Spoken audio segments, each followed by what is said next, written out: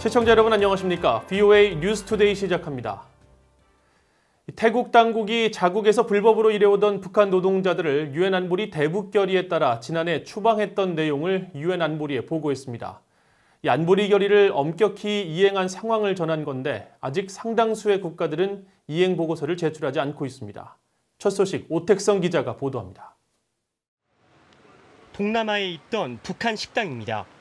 북한 종업원들이 마이크를 잡고 손님들 앞에서 노래를 부르는 모습은 아주 흔한 북한 식당 장면입니다. 그런데 이들 북한 노동자들은 유엔 안보리 대북 결의에 따라 지난해 12월 22일까지 모두 북한으로 돌아가야 했습니다. 태국 당국은 북한 노동자 송환 시한에 앞서 지난해 11월 북한 식당 등에서 불법으로 일하던 북한 노동자들을 체포해 추방했었는데 지난달 25일 유엔 안보리에 이 같은 내용의 최종 보고서를 제출했습니다. 보고서에 따르면 태국 당국은 지난해 11월 북한 식당 3곳에 대해 현장 점검을 실시했으며 식당 중 한 곳에서 불법으로 일하고 있던 북한 노동자 6명을 적발했습니다. 이후 이들을 모두 불법 노동 혐의로 체포한 뒤 12월에 곧바로 추방했다고 태국 당국은 설명했습니다. 태국은 또 불법 노동자들과는 별개로 2017년 대북결의 2397호 채택 이후 북한인들에 대한 노동 허가 발급을 중단했으며 북한 노동자 26명에 발급했던 노동 허가는 지난해 10월 모두 종료됐다고 설명했습니다. 일본과 아일랜드 등이 제출한 최종 이행 보고서도 공개됐습니다. 일본은 2016년 2월부터 모든 북한인들의 일본 입국이 금지됐다며 송환 대상에 북한 노동자가 없다고 밝혔으며 아일랜드도 송환 대상 북한 노동자가 한 명도 없다면서 다만 난민 지위를 얻었거나 진행 중인 소속 북한 사람의 거주를 보고했습니다.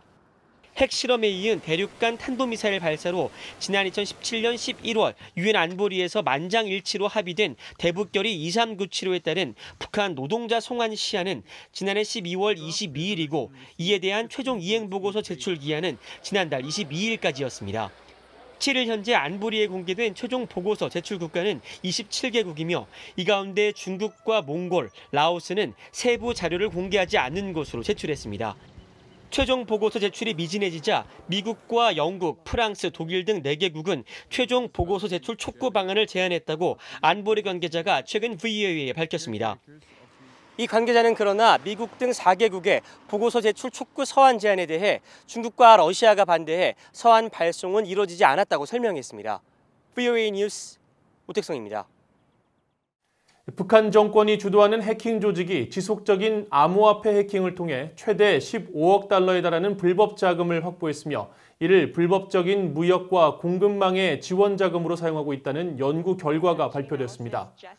미국의 암호화폐 전문 분석 기업 체이널리시스는 최근 열린 화상 세미나에서 북한이 보유한 암호화폐 규모는 기존에 알려진 2억에서 5억 달러 수준이 아니라 최대 15억 달러에 달하는 것으로 파악했다고 주장했습니다. 제시 스피로 체인리시스 글로벌 정책규제 담당 연구원은 북한이 부정하게 취득한 이런 암호화폐는 무역 거래를 기반으로 돈 세탁되고 있다면서 북한이 암호화폐를 이용해 국제사회 제재로 금지된 상품과 무역 대금을 직접 지불하거나 암호화폐 가격 상승을 기대하며 비축하는 형태로 사용하고 있다고 분석했습니다.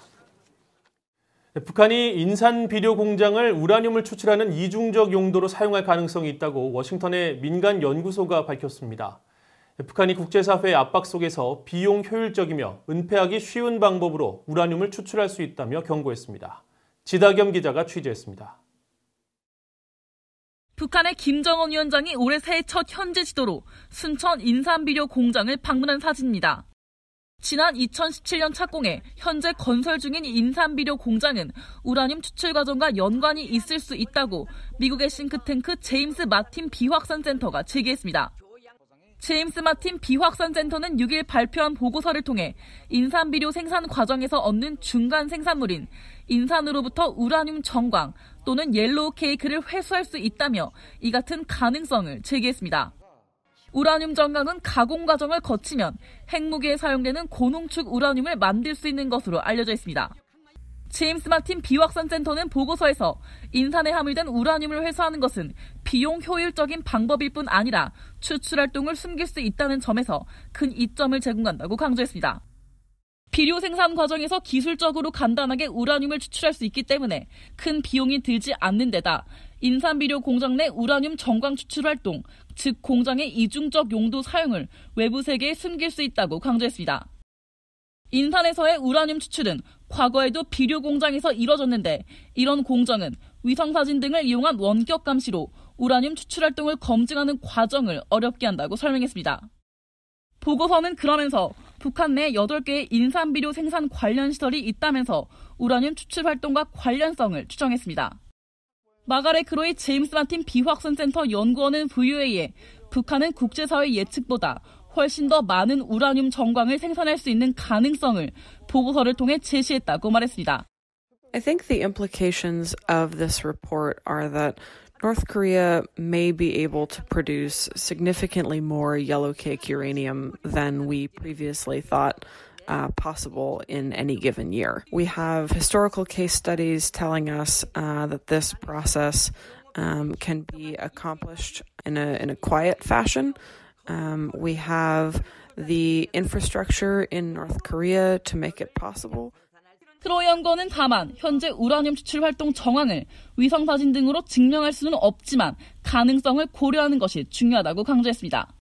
But I think it's important to note and to realize that as pressure on the DPRK grows to denuclearize or to quote-unquote roll back their nuclear programs, that would likely prompt them to look for an opportunity to produce more nuclear material in perhaps a quieter or less overt fashion. 크로이 연구원은 그러면서 김정은 위원장 시대의 인산비료 공장과 화학비료 산업 전반에 대한 중요성이 강조됐다면서 농업 생산성 증대 목적과 함께 우라늄 추출 가능성도 배제할 수 없다고 지적했습니다. VOA 뉴스 지다겸입니다.